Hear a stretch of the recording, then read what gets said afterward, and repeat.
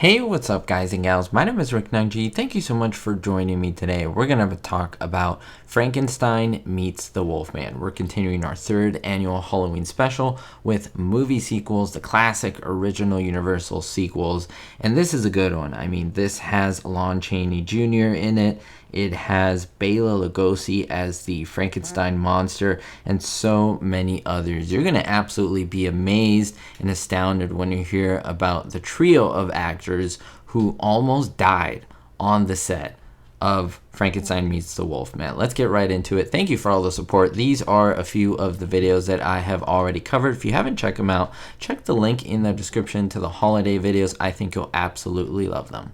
I will be talking about the plot of the film as well as telling you what I liked and didn't so much like about the film. And then I'm going to tell you about the trio of accidents that happened. Very, very interesting. Very, very cool. And in this movie, they're seeking a cure. Seeking a cure for his affliction. This is Lawrence Talbot, played by Lon Chaney Jr. He stumbles upon the frozen body of Frankenstein's monster. So you have the Wolfman meeting Frankenstein's monster in about the last 5 minutes of the movies when they have their fight. I think the last 2 minutes is the actual fight, and then boom, the movie ends, which is kind of popular at that time, or you wait the whole movie. It's a build-up to literally the last couple minutes of the movie, and then boom, it rapidly ends. There's no delaying, there's no extra talking. It basically builds up to that crescendo moment. I am absolutely obsessed with Lon Chaney Jr. I saw him in Abbott Costello Meets Frankenstein, and he was so good as the Wolfman. I saw the original Wolfman. I even covered it on this channel before in years previously, and I just love him. I love him, his portrayal. I love the way he works with the other actors. He has such great chemistry, and he is so good at playing Lawrence Talbot. He is so cool. Now, Bela Lugosi is pretty much my favorite in the movie Dracula, but I think I didn't like him as much as a Frankenstein monster in this one. He didn't do bad per se. I just feel that he has so many strengths that were covered up because of the makeup and what he was doing and playing the Frankenstein monster. And I think it just limited him in his depth, because that man has so much that he could do with his voice and his mannerisms, which he does here, but a lot of that was taken away from him. But hey, he still did a fairly good job for the part that he needed to play. Now, the woman in this film, Maria Ospinskaya, she was also in the first Wolfman, and she plays Maleva in this one as well.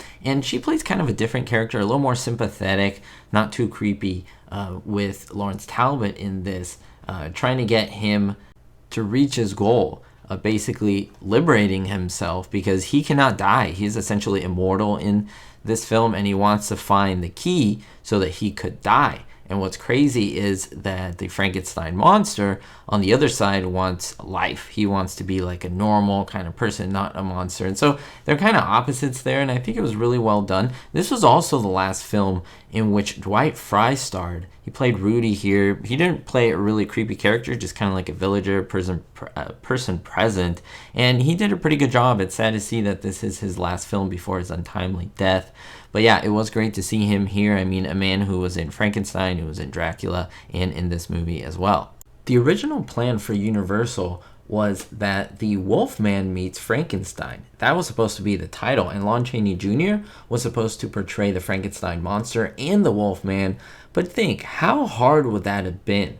That would have been very difficult at this time in the 1940s, and it would have been very crazy. Well, they thought, well, why don't we just have him just play the Frankenstein monster, and then we could have someone else play Talbot. We can have Jack Carson. They decided, no, let's just get the original guy, which I think is the right thing that they did here. They did the correct choice. They made the correct choice, getting Lawrence Talbot being played by Lon Chaney Jr., and then they were able to get Bela Lugosi to play the monster, which again was good. Boris Karloff would have been great, but he was getting older in age, and it was a very physically demanding type part. And I'll tell you why it was so physically demanding. In fact, that almost took the life of Bela Lugosi.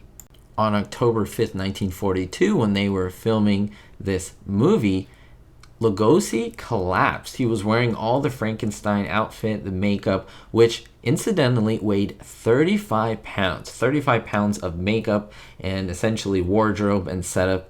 It was a lot. He collapsed on set. and he was ordered home by a physician. Why did he collapse? Well, he had heat exhaustion from all this weight and all the makeup that he was wearing. Now, we know that some of you may say, well, no, that can't cause death. Well, no, that is incorrect. Without proper intervention, heat exhaustion can progress to heat stroke, which can cause damage to the brain and other vital organs and then cause death. So the fact that he was able to recover from this is great. It is a miracle, and we're happy that he did, because, I mean, it would have been tragic to have him die on set because he wore all that makeup. I mean, he wasn't even going to play the monster in the first place, and it affected him greatly to play this part. Now, this wasn't the only actor who almost passed away on set. In fact, Lon Chaney Jr. as well as Ospen Kaya, the actress, were both almost killed on set. What happened? In fact, Lon Chaney Jr. gave a rendition of what happened. He said that he and Maria, the actress, were riding in a heavy iron cart through the wooden path on the set of Frankenstein Meets the Wolfman. You can see that scene in the movie when all of a sudden the cart that was pulled by a horse overturned and pinned both of them underneath that heavy iron cart. Now, the horse, according to him, was a very good and essentially well-trained horse. In fact, it saved both of their lives, because had the horse bolted and ran away, the accident would have been unthinkable. I mean, it would have crushed both of them under the weight of this heavy cart. But instead, the horse was calm, and he stood still amidst this crazy confusion until Lon and Maria could be extracted by the cast and crew of the movie. He even recounted this later on and said he was so grateful for the horse, wanting to become almost his best friend. And when they had a studio tour at Universal Studios, he even told some of the people that were coming in to view the filming, he told them how that horse essentially saved both of their lives. That is a crazy story, but absolutely adds so much depth to this film. Now, have you seen this film?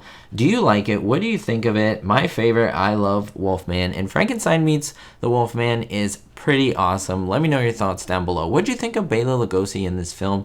What do you think of Lon Chaney Jr.? I would love to know your thoughts down below. We'll see you all next time, and don't forget, everyone, be hopeful. A really big thank you to all my Diamond tier patrons: Jerry D, Stacy L, Scott R, Citizen Kane 359, Jennifer P, David D, Kevin K, Sally N, and Vito L.